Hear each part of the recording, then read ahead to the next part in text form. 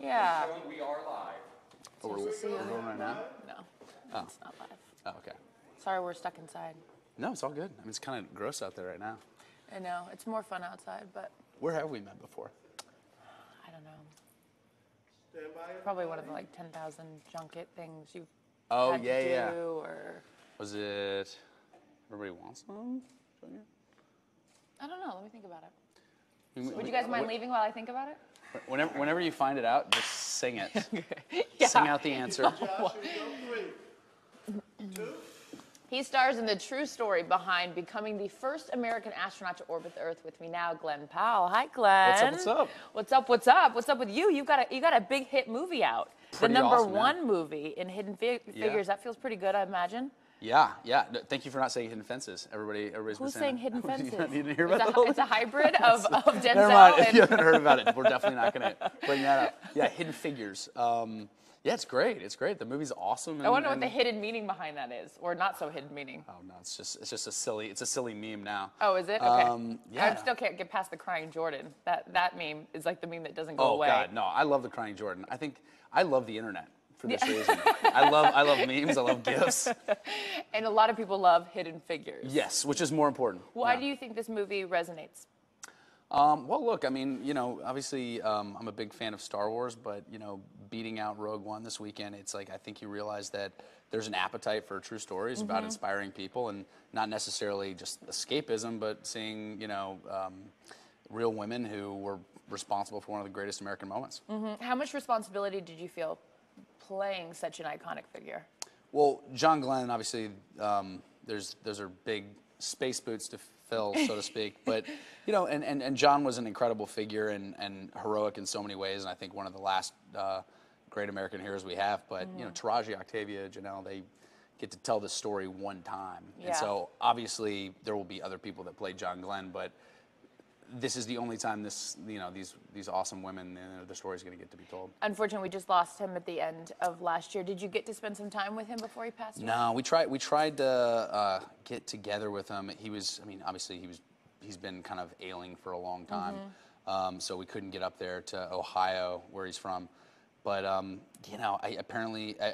got to talk to a bunch of astronauts when we were up in Toronto, and then screening the movie in New York, and they said he would have loved it. Yeah. So it's really as long as we're doing him, servicing these women, justice. What did you learn about him that maybe you didn't know before taking on this role? He usually, I don't know, maybe it's just publicity these days, but I feel like every time you see somebody that's kind of sensational and heroic, I feel like a lot of times the world is quick to poke holes in that. Yeah. John was like unpokeable, so to speak. He was like truly a great guy inside and out, and was a stand-up gentleman, almost like the John Wayne of space. The John Wayne of space. I love that Yeah. analogy. Who wouldn't want to be labeled that? Yeah, That's no, incredible. it's a good one. Did you ever have any, when you're a little kid, you say you want to be a doctor or a movie star or, an astronaut? Did you ever have aspirations for that? Being an astronaut, I think every kid wants to be an astronaut, and I realized I was really terrible at math, and that was not going to be in the cards. Part of that. So yeah, when you're not good at math, you can be an actor. That's what happened with me with the doctor part. I'm like, I'm bad at science and I'm bad at math. We're going to go the other route. Well, it's funny. It's on set, going around the table with Octavia and Janelle and Taraji and Costner. Actually, Costner's pretty good at math, actually. Is he? Yeah. None of the rest of us were all terrible. We have to fake like we know what the Were you numbers guys like taking a quiz when you're sitting at the reads or what? No. It's funny. I realized Costner was good at math when we were talking. I went to a baseball game with Costner. Of course you did. Which is awesome. By the way, he's like the man at a baseball stadium. I bet, yeah. I mean, obviously, he's like he's Mr. Baseball of movies. The greatest baseball movies ever. Course. So you see when he goes to a baseball park, people. What game did you guys go to? I went to LA Braves. The LA Braves? Whoa, you were in the minor league system. Oh, yeah, the Dodgers, Braves, yeah. Oh, I was like, why are you in the minor leagues? Okay, I was like, well, you really are going backfield the to Dodgers and then the Braves. You're like, we went to the Durham Bulls game, and totally. It was fun for everyone. North Carolina's amazing. Okay, so the Braves-Dodgers game. But Costner, he was one of the guys that cleaned up that BP oil spill. It was his patent. That, and so he knows so much about math and science. That's a fun fact. Yeah, you're trying to keep up with a guy like that. He's kind of a brain trust. So. Yeah, what a great crew to be, associated with, and you spend so much time with these people. Yeah. Even on the press tours and stuff. What's Taraji like? She's always a fun interview. We call her Taraji the Tornado. She's wild. I love Taraji. If I could do a movie with Taraji, every movie I would, because she brings just like life to every character, and it's not like she's an actress who takes herself too seriously. Oh, she's thank not like God. in character all the time. Yeah. Those kind of actors kind of can be a little bit exhausting. Bring it down a notch. Actually, Yeah, the craft service table, chilling. they're like Yeah. filling the roll. Yeah, You're totally, like, totally. can I have a granola bar? I think everybody would love to work with like Daniel Day-Lewis, but I think at a certain point I would be like, when he's Abraham Lincoln on getting yeah, coffee. I'm like, yo, Abe, you want a kombucha? He's like, no, man, they didn't have kombucha. And you're like, all right, want to go? I can respect his craft, but at the same time, you're like, okay, how do you do that? I asked, we were at the Globes on Sunday, and talking to Natalie Portman about staying in character. She's like, no, my family would be like, what are you doing? Still being Jackie at the dinner table. Yeah, So. I think, I actually, a buddy of mine, I heard a story about Giovanni Ribisi staying in character. He was playing the other sister. He was playing mentally handicapped, and he got pulled over. No, and stayed in character. Stop it. Yeah. Did he get out of the ticket? No, the first aid he had to go get him they took him into custody apparently. No, stop Yeah, it. I've heard that story. Yeah. That's just one of those old Hollywood things where I was like, good for Giovanni for staying in character. Yeah. How do you explain that one when you're down at the local station? I guess it makes these junkets way like more easy. Like, you're like, man, this guy's really, really good. I couldn't. I think I'd puss out really fast on that one. Right? Yeah. Okay, so but you had aspirations to be an astronaut. Did you ever think, or do you ever want to go to space? You still can, right? Isn't Sir Richard Branson still doing that? Yeah, I think it's just maybe I have to make more movies and get more money in my bank account before I go to space. Yeah. I think the price tag, I think it's like a very short list. It's probably like Richard Branson and Leonardo DiCaprio. Yeah. There's like a couple of them. Justin Bieber. Which, if Justin Bieber's going to space, I don't want to be there. Great. Yeah, we'll be on the other plane the other way. I'll take a different capsule. Yeah. A lot of Oscar buzz around this film. Yeah. That's always nice, or does that feel like more pressure? Like, oh no. You know, this is one of those movies it's a feel-good movie. It's kind of a throwback in a lot of ways, and nobody makes one of these movies for that reason. Yeah. And I think if you do, you start to feel it in the product. And this movie was made with so much love, and obviously did do justice to these women. So, look, you never know. There's a lot of great movies this year, and that would be really, really nice because I think obviously it would validate a lot of the hard work of a lot of the crew. Mm-hmm. But at the end of the day, that's not why you do it. What other projects you got going on? Got a movie called Sandcastle coming out. Yeah, Netflix, right? What was that? Is it Netflix? Yep, that'll be Netflix. Okay. And then I got one I can't talk about yet, but probably the next couple can't weeks. wait to watch that. Yeah, that sounds amazing. It's what character do you play? I play unnamed.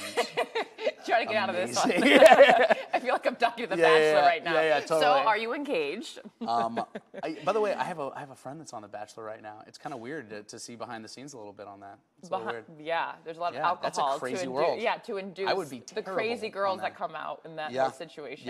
Yeah. And my favorite is when you interview them after, and they're like, I just don't know what happened. I got so emotional. I'm like, I know what happened. Tequila. Yeah. Is by the what way, happened. that's like a total part of the process. They get them all liquored up. We could go to Saddle Ranch and have our own Bachelor with some of the riffraff that's over there. Are we going to go like recruit people in City Walk? When you're done with your shows, we'll go to Saddle Ranch. That would be a really odd way to meet a girlfriend. I don't like to bring you around to recruit for me. Get people liquored up at the Bubba Gump Shrimp Company. That's my dating life. You know what I mean? We've got some fans on Facebook. Oh, great. Questions. So, Edward says, what is your favorite scene to shoot in Hidden Figures? My favorite scene to shoot in Hidden Figures? Well, I loved working with all the women. So, like, obviously, when we were in that handshaking line, I think that was a really fun scene. There's a deleted scene where Taraji actually comes up in the capsule with me, and it's kind of like more of a romantic aspect, That got cut? Got cut. We go around the Earth together. We orbit. And we take a few more orbits than originally planned. I think you know what we mean, Edward. Yeah. Yeah. Paulo says, who has been your favorite work colleague? Favorite work colleague? Like director or like actor? That's all I got.